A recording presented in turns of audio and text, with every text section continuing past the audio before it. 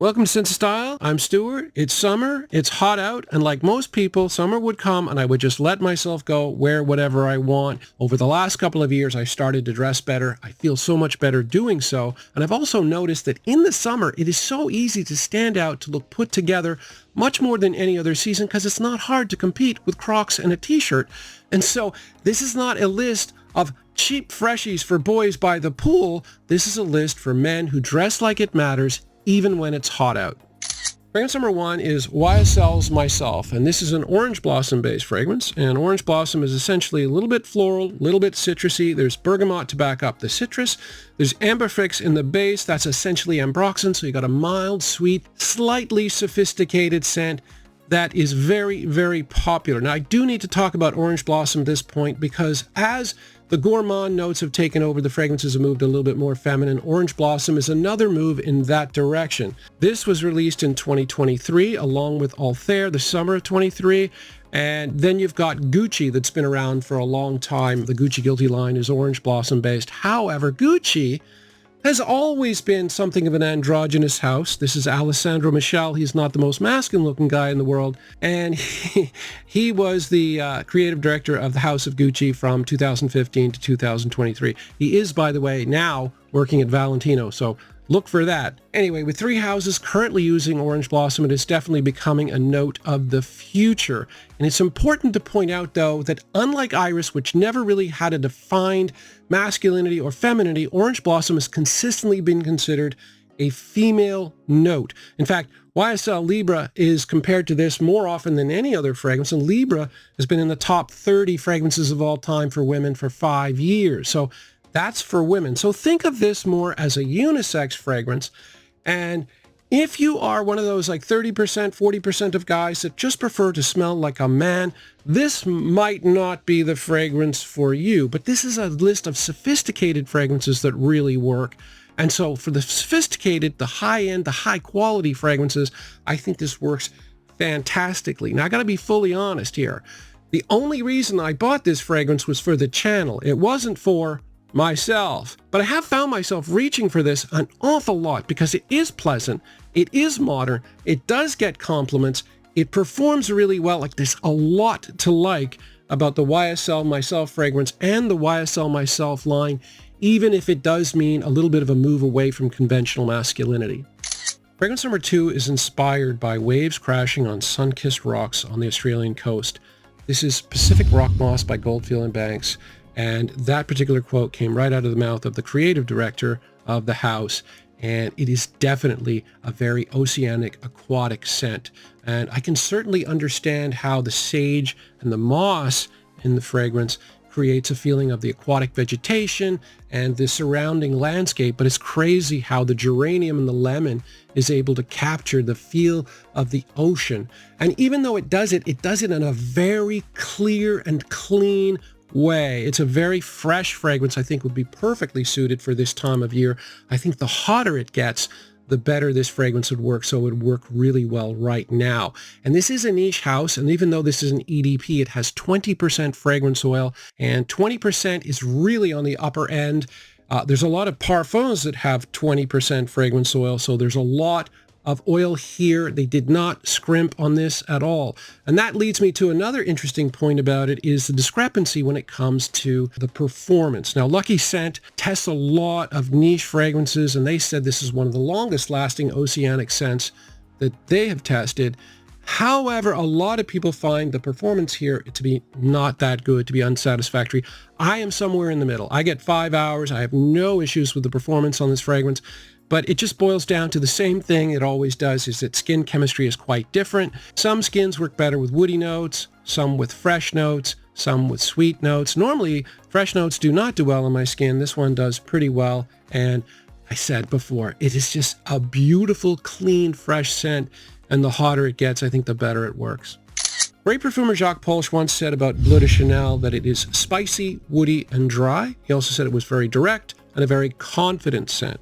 Now that's in contrast to the way he described the Allure Homme line, which he said was very lush, and the Egoist line, which he said was very sensual.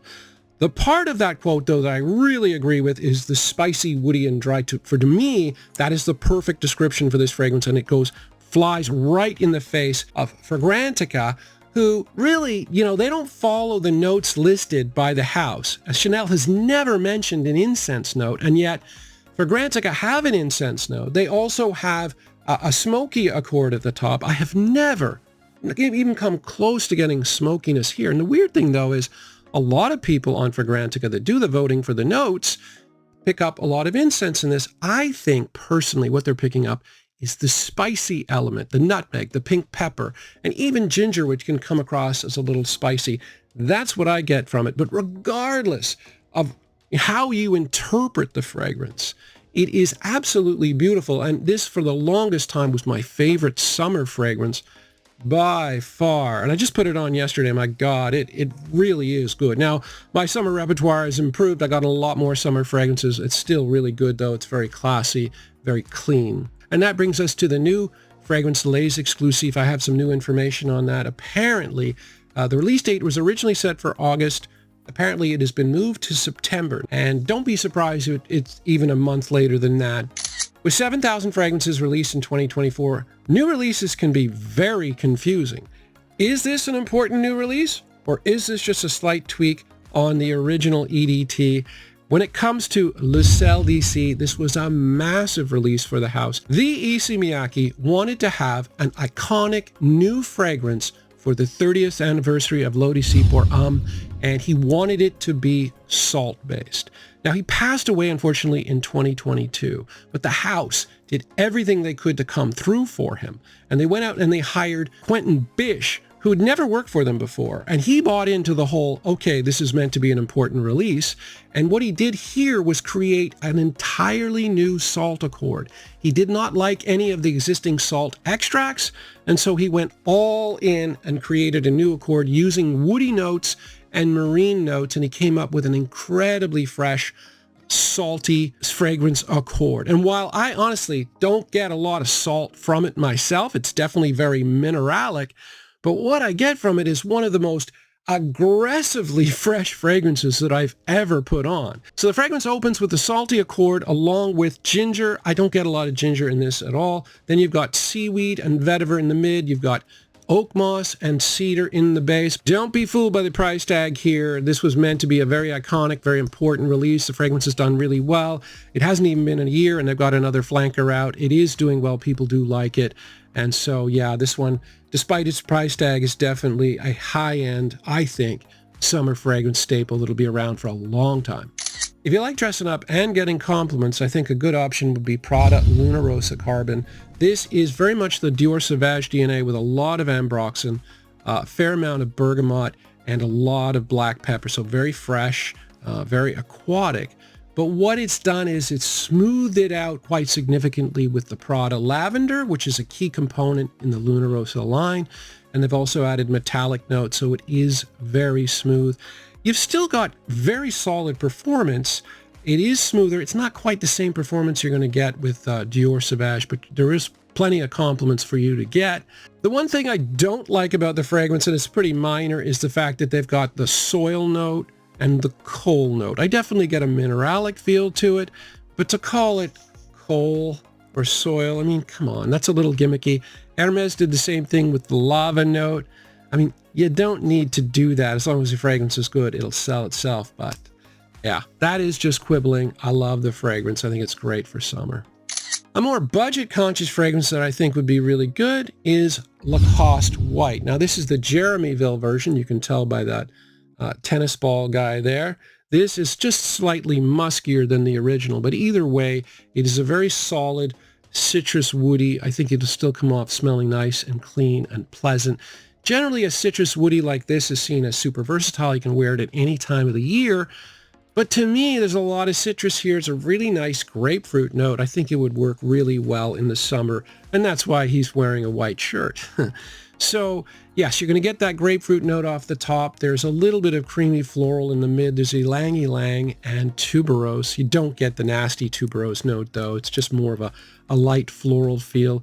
You're going to get 2 leather notes and 2 woody notes in the base. The leather notes really don't come off as leathery. It just sort of pulls the fragrance more in a masculine direction. This one is quite masculine.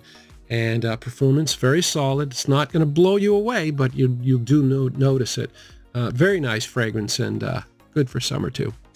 Now, fragrance number 7 was going to be Millésime Impérial by Creed. However, when I smelled the scent and I realized it had gone bad, I've only had it for 4 years. This cost me 25 American dollars for 8 milliliters. And that really is the very first fragrance ever since I started collecting 5 years ago that's gone bad. And it's an overpriced Creed fragrance that never performed in the first place.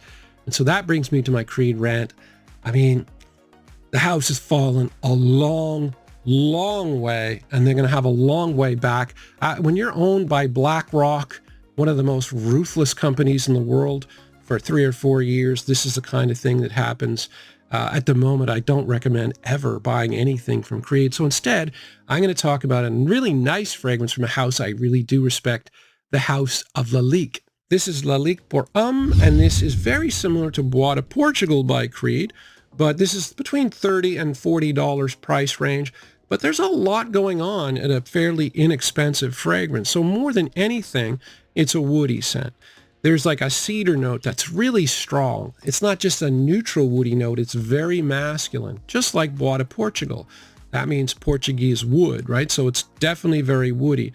There are also 5 citrus notes, so there's a lot of freshness here, which was good for summer. There's also a barbershop quality. You're going to get lavender, oak moss, and geranium. Definitely a little bit of a barbershop feel, but the thing that I really like about it is an iris note that is noticeable.